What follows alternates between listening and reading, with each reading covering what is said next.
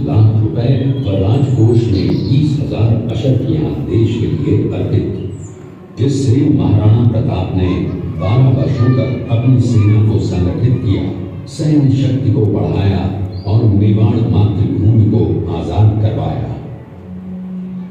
कृपया अब आप सब आगे की तरफ। ये कुंभलगढ़ किला है।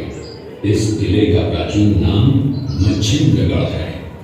इस किले का निर्माण महाराणा कुंभा ने करवाया था।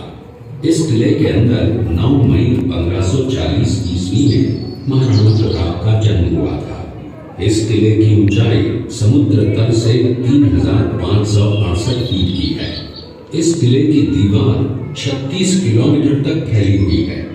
इस दीवार का नाम ग्रेट वॉल ऑफ चाइना के बाद द्वितीय मैदान पर दर्ज है। इस किले के अंदर 360 प्राचीन मंदिर हैं। उन मंदिरों में से जग प्रसिद्ध महादेव का मंदिर सबसे प्राचीन है। कुंभलगढ़ किला यहाँ से 65 किलोमीटर की दूरी पर है। कृपया अब आप सब पीछे की तरफ देखिए। चित्तौड़गढ़ का है। इसी किले के अंदर महाराणा प्रताप का बचपन बीता था। इस किले की तलहटियों में महाराणा प्रताप ने अपने गुरु से शिक्षा प्राप्त की थी। ये किला 12 वर्ग किलोमीटर में फैला हुआ है।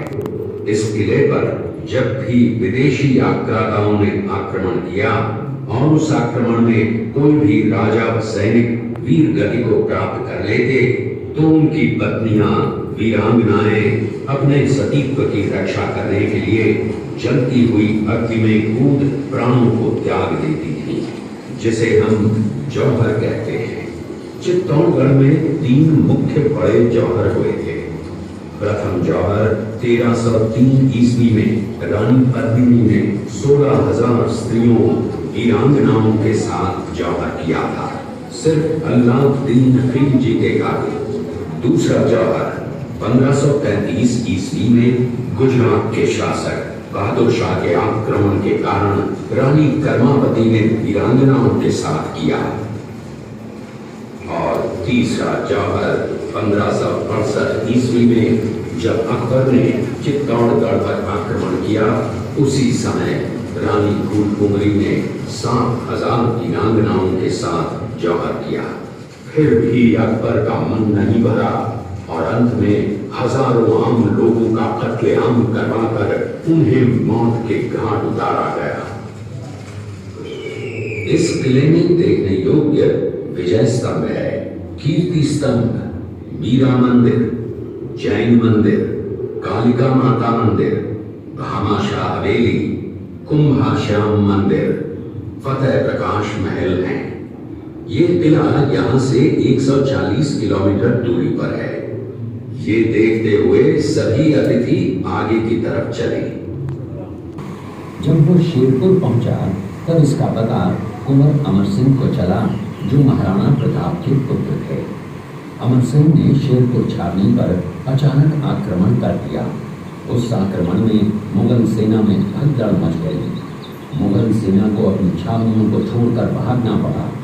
छावनियों के अंदर से लूटा हुआ माल व अब्दुल रहीम खान खाना, जिसकी बेगम आनी खान को बंदी बनाकर महाराणा प्रताप के सामने पेश किया गया। तब अमर सिंह पर महाराणा प्रताप क्रोधित हुए और कहा, जहां से इस नारी को बंदी बनाकर लाए हो, इसे पुनः ससम्मान लौटा कर आओ। महाराणा प्रताप ने कहा, हमें नारी से कोई दुश्मनी नहीं है, हमें तो देश विद्रोहियों से दुश्मनी है, जिन्होंने चारों तरफ आतंक फैलाया है। महाराणा प्रताप के आदेश का पालन करते हुए कुंवर अमर सिंह ने उस मुगल नारी को ससम्मान छावनी तक पहुंचाया।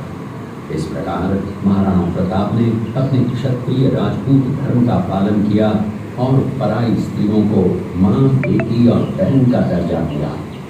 ये है महाराणा प्रताप का चरित्र और नैतिक उदारता का परिचय।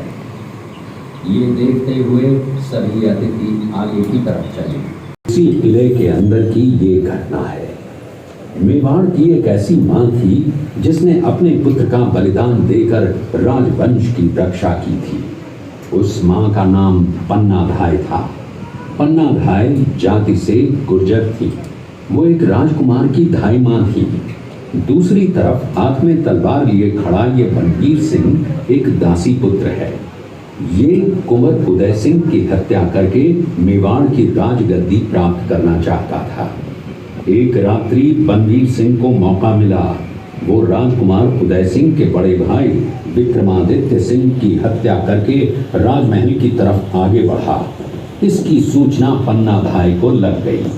कुछ समय तक पन्नाधाय चिंतित हुई।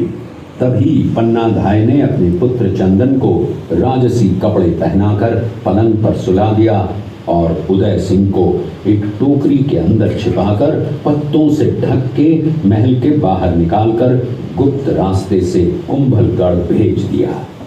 बनवीर सिंह जब तलवार लेकर राजकक्ष में आया तो उसने पन्नाधाय से कड़क आवाज में उदय सिंह के लिए पूछा तो पन्नाधाय ने चंदन की तरफ इशारा किया। बनवीर ने चंदन को उदय सिंह समझकर चंदन की हत्या कर दी और ये समझने लगा कि मैंने राजकुंवर उदय सिंह को मार दिया। वही राजकुंवर बड़े होकर राजा बने और अपने नाम का उदयपुर नगर बसाया जो यहाँ से 40 किलोमीटर दूर है। और उन्हीं के पुत्र महाराणा प्रताप हुए जिन्होंने हल्दी घाटी का युद्ध लड़ा और आज हम लोग उनका इतिहास यहाँ पर देख रहे हैं। ये देखते हुए सभी अतिथि आगे की तरफ चले।